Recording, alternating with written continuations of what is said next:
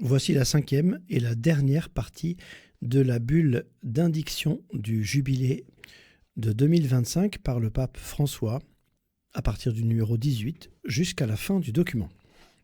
Numéro 18. L'espérance forme, avec la foi et la charité, le triptyque des vertus théologales qui expriment l'essence de la vie chrétienne. Dans leur dynamisme inséparable, l'espérance est celle qui, pour ainsi dire, oriente, indique la direction et le but de l'existence croyante. C'est pourquoi l'apôtre Paul nous invite « Ayez la joie de l'espérance, tenez bon dans l'épreuve, soyez assidus à la prière. » Oui, nous devons déborder d'espérance pour témoigner de manière crédible et attrayante de la foi et de l'amour que nous portons dans notre cœur. Pour que la foi soit joyeuse, la charité enthousiaste. Pour que chacun puisse donner ne serait-ce qu'un sourire, un geste d'amitié, un regard fraternel, une écoute sincère, un service gratuit, en sachant que, dans l'esprit de Jésus, cela peut devenir une semence féconde d'espérance pour ceux qui la reçoivent. Mais quel est le fondement de notre espérance ? Pour le comprendre, il est bon de s'arrêter sur les raisons de notre espérance. Numéro 19. Le credo dit « Je crois à la vie éternelle ». Ainsi professe notre foi. L'espérance chrétienne trouve dans ces mots un pilier fondamental. Elle est en effet la vertu théologale par laquelle nous désirons comme bonheur la vie éternelle. Le Concile œcuménique Vatican II affirme « Lorsque manque le support divin et l'espérance de la vie éternelle, la dignité de l'homme subit une très grave blessure, comme on le voit souvent aujourd'hui. Et l'énigme de la vie et de la mort, de la faute et de la souffrance reste sans solution. Ainsi, trop souvent, les hommes s'abîment dans le désespoir. » Fin de citation. Nous, en revanche, en vertu de l'espérance dans laquelle nous avons été sauvés, en regardant le temps qui passe, nous avons la certitude que l'histoire de l'humanité et celle de chacun ne se dirige pas vers une impasse ou un abîme obscur, mais qu'elle s'oriente vers la rencontre avec le Seigneur de gloire. Vivons donc dans l'attente de son retour et dans l'espérance de vivre pour toujours en lui. C'est dans cet esprit que nous faisons nôtre l'émouvante invocation des premiers chrétiens par laquelle se termine l'Écriture sainte « Viens, Seigneur Jésus ». Numéro 20. Jésus mort et ressuscité est le cœur de notre foi. Saint Paul, en énonçant en peu de mots, avec seulement 4 verbes ce contenu, nous transmet le noyau de notre espérance. Ouvrez les guillemets. Avant tout, je vous ai transmis ceci que j'ai moi-même reçu. Le Christ est mort pour nos péchés, conformément aux Écritures, et il fut mis au tombeau. Il est ressuscité le 3e jour, conformément aux Écritures. Il est apparu à Pierre, puis aux 12. Le Christ est mort, a été mis au tombeau, est ressuscité, est apparu. Il a traversé le drame de la mort pour nous. L'amour du Père l'a ressuscité dans la puissance de l'Esprit, faisant de son humanité les prémices de l'éternité pour notre salut. L'espérance chrétienne consiste précisément en ceci. Face à la mort, où tout semble finir, nous recevons la certitude que, grâce au Christ, par sa grâce qui nous est communiquée dans le baptême, la vie n'est pas détruite, elle est transformée pour toujours. Dans le baptême, en effet, ensevelis avec le Christ, nous recevons en lui, ressuscité, le don d'une vie nouvelle qui brise le mur de la mort et en fait un passage vers l'éternité. Et si devant la mort, séparation douloureuse qui nous oblige à quitter nos affections les plus chères, aucune rhétorique n'est permise, le jubilé nous offrira l'occasion de redécouvrir avec une immense gratitude le don de cette vie nouvelle reçue dans le baptême, capable de transfigurer le drame. Il est important de penser à nouveau, dans le contexte du jubilé, à la manière dont ce mystère a été compris dès les premiers siècles de la foi. Pendant longtemps, par exemple, les chrétiens ont construit les fonts baptismaux en forme octogonale, et aujourd'hui encore, nous pouvons admirer de nombreux baptistères anciens qui conservent cette forme, comme à Rome, à Saint-Jean-de-Latran. Cela indique que, dans les fonts baptismaux, un 8e jour est inauguré, le jour de la résurrection, le jour qui dépasse le rythme habituel, marqué par l'échéance hebdomadaire, ouvrant ainsi le cycle du temps à la dimension de l'éternité, à la vie qui dure pour toujours. Tel est le but vers lequel nous tendons dans notre pèlerinage terrestre. Le témoignage le plus convaincant de cette espérance nous est offert par les martyrs, qui, fermes dans leur foi au Christ ressuscité, ont été capables de renoncer à leur vie ici-bas pour ne pas trahir leur Seigneur. Ces confesseurs de la vie, qui n'a pas de fin, sont présents à toutes les époques, et ils sont nombreux à la nôtre, peut-être plus que jamais. Nous avons besoin de garder leur témoignage pour rendre féconde notre espérance. Ces martyrs, appartenant aux différentes traditions chrétiennes, sont aussi des semences d'unité, car ils expriment l'écuménisme du sang. C'est pourquoi je souhaite ardemment qu'il y ait au cours du jubilé une célébration écuménique, afin que la richesse du témoignage de ces martyrs soit mise en évidence.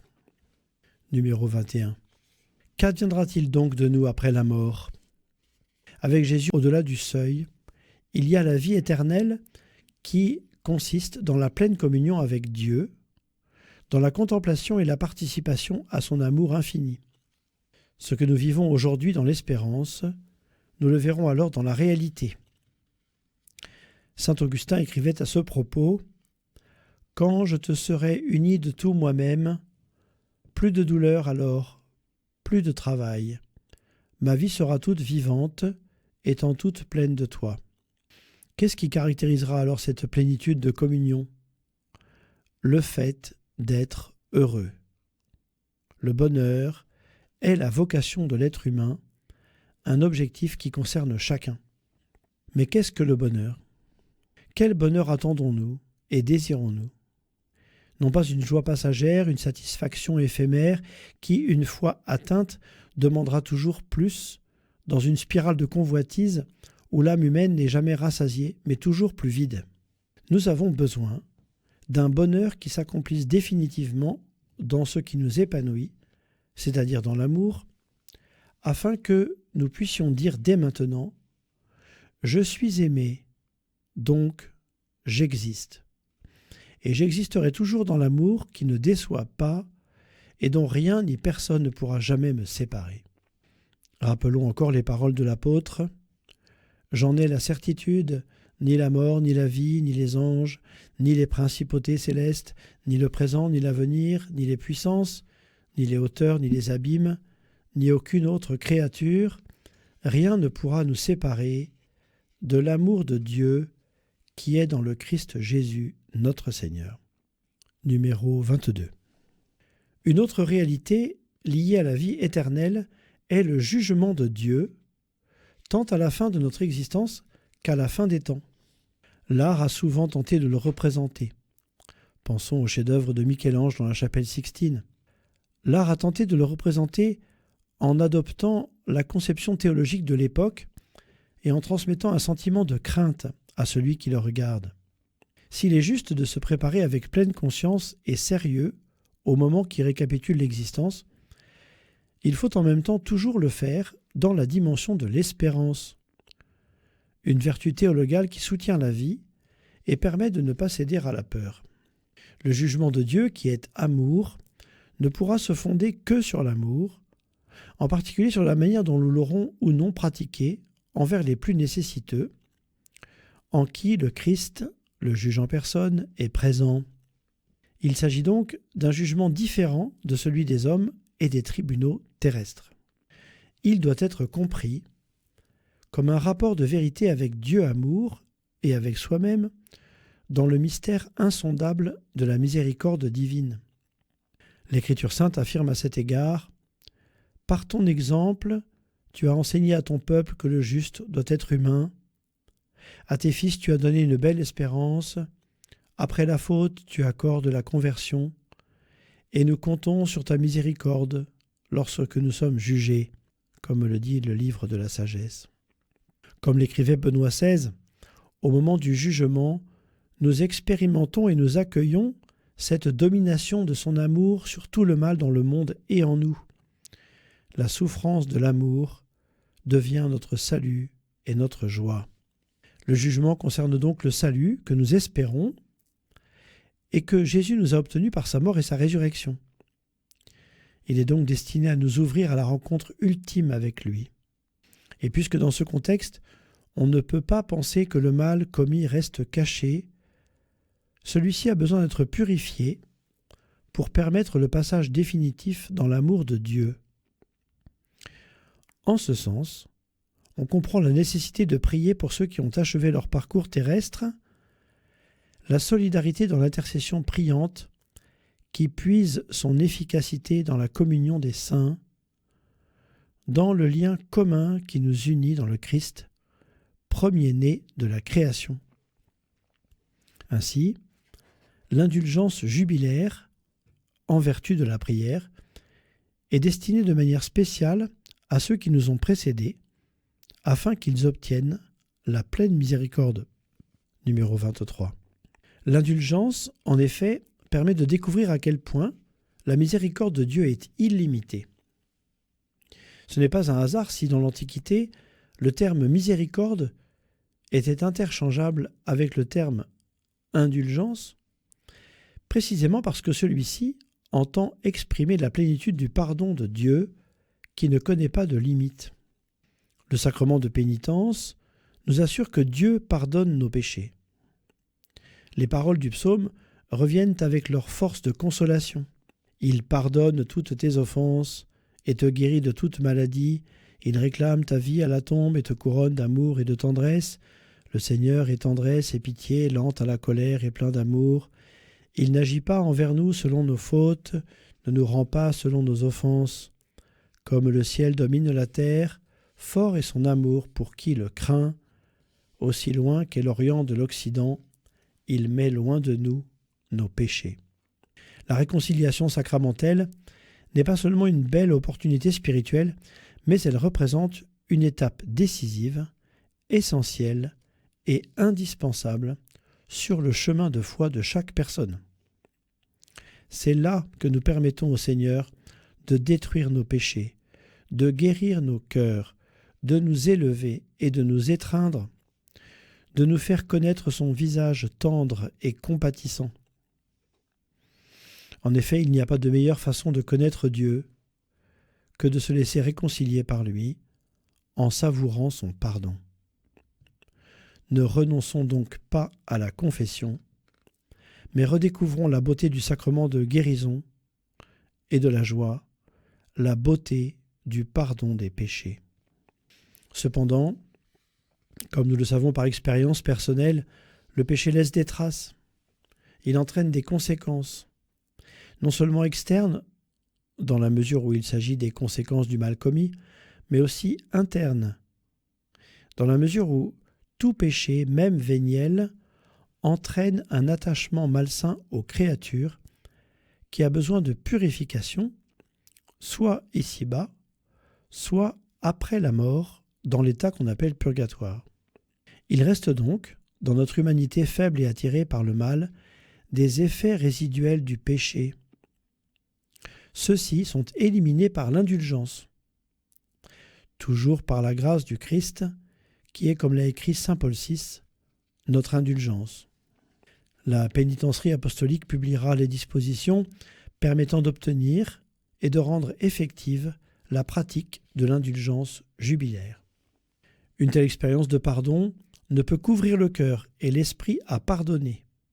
Pardonner ne change pas le passé et ne peut modifier ce qui s'est déjà passé. Mais le pardon permet de changer l'avenir et de vivre différemment, sans rancune, sans ressentiment et sans vengeance. L'avenir éclairé par le pardon permet de lire le passé avec des yeux différents, plus sereins, même s'ils sont encore embués de larmes.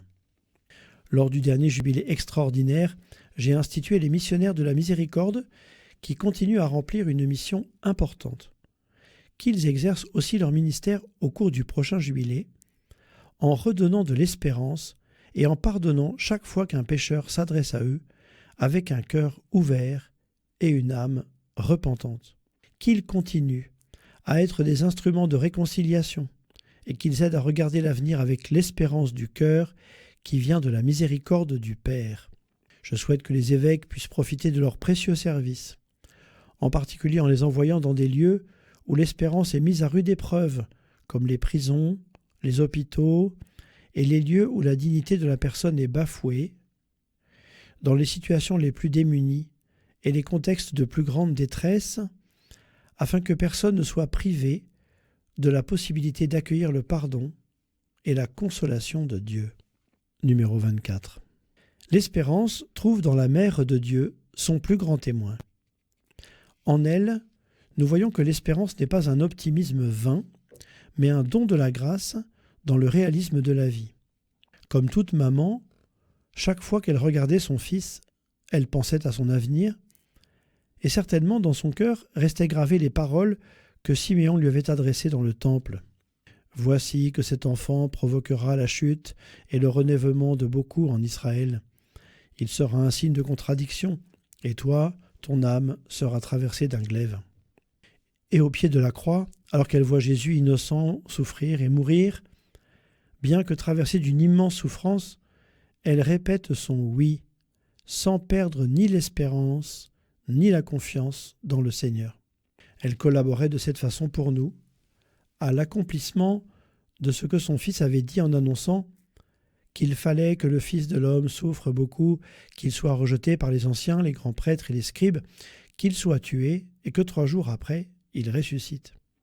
Et dans le tourment de cette douleur offerte par amour, elle devenait notre mère, la mère de l'espérance. Ce n'est pas un hasard si la piété populaire continue à invoquer la Sainte Vierge comme Stella Maris, étoile de la mer, un titre qui exprime l'espérance sûre que, dans les vicissitudes orageuses de la vie, la Mère de Dieu vient à notre aide, nous soutient et nous invite à avoir confiance et à continuer d'espérer. À ce propos, j'aime à rappeler que le sanctuaire de Notre-Dame de Guadalupe, à Mexico, s'apprête à célébrer en 2031 le 500e anniversaire de la première apparition de la Vierge. Par l'intermédiaire du jeune Juan Diego, la Mère de Dieu fit parvenir un message d'espérance révolutionnaire qu'elle répète encore aujourd'hui à tous les pèlerins et aux fidèles. Ne suis-je pas ici, moi, qui suis ta mère ? Un message similaire est imprimé dans les cœurs de nombre de sanctuaires mariaux à travers le monde, destination d'innombrables pèlerins qui confient à la Mère de Dieu leurs inquiétudes, leurs peines et leurs espérances. En cette année jubilaire, les sanctuaires doivent être des lieux saints pour l'accueil et des espaces privilégiés pour susciter l'espérance. J'invite les pèlerins qui viendront à Rome à s'arrêter pour prier dans les sanctuaires mariaux de la ville, pour vénérer la Vierge Marie et invoquer sa protection. Je suis sûr que tous, en particulier ceux qui souffrent et sont affligés, pourront faire l'expérience de la proximité de la plus affectueuse des mamans, qui n'abandonne jamais ses enfants, elle qui est pour le saint peuple de Dieu un signe d'espérance assurée et de consolation. Numéro 25. En route vers le jubilé, revenons à l'Écriture sainte et écoutons ces paroles qui nous sont adressées. Cela nous encourage fortement, nous qui avons cherché refuge dans l'espérance qui nous était proposée et que nous avons saisie. Cette espérance, nous la tenons comme une ancre sûre et solide pour l'âme. Elle entre au-delà du rideau, dans le sanctuaire où Jésus est entré pour nous en précurseur. C'est une invitation forte à ne jamais perdre l'espérance qui nous a été donnée, à nous y agripper en trouvant refuge en Dieu. L'image de l'ancre évoque bien la stabilité et la sécurité que nous possédons au milieu des eaux agitées de la vie, si nous nous en remettons au Seigneur Jésus. Les tempêtes ne pourront jamais l'emporter, parce que nous sommes ancrés dans l'espérance de la grâce qui est capable de nous faire vivre dans le Christ en triomphant du péché, de la peur et de la mort. Cette espérance, bien plus grande que les satisfactions quotidiennes et l'amélioration des conditions de vie, nous porte au-delà des épreuves et nous pousse à marcher sans perdre de vue la grandeur du but auquel nous sommes appelés, le ciel. Le prochain jubilé sera donc une année sainte, caractérisée par l'espérance qui ne passe pas, l'espérance qui est en Dieu. Qu'il nous aide aussi à retrouver la confiance nécessaire dans l'Église comme dans la société, dans les relations interpersonnelles, dans les relations internationales, dans la promotion de la dignité de toute personne et dans le respect de la création. Que notre témoignage de foi soit dans le monde un ferment d'espérance authentique, une annonce des cieux nouveaux et de la terre nouvelle, où nous habiterons dans la justice et la concorde entre les peuples, tendus vers l'accomplissement de la promesse du Seigneur. Laissons-nous dès aujourd'hui attirer par l'espérance et faisons en sorte qu'elle devienne contagieuse à travers nous pour ceux qui la désirent.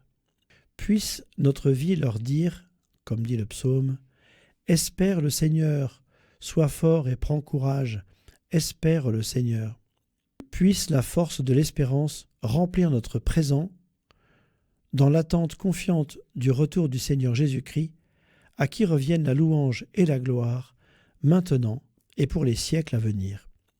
Donné à Rome, à Saint Jean de Latran, le 9 mai, solennité de l'Ascension de notre Seigneur Jésus-Christ de l'année 2024, la 12e de mon pontificat, François.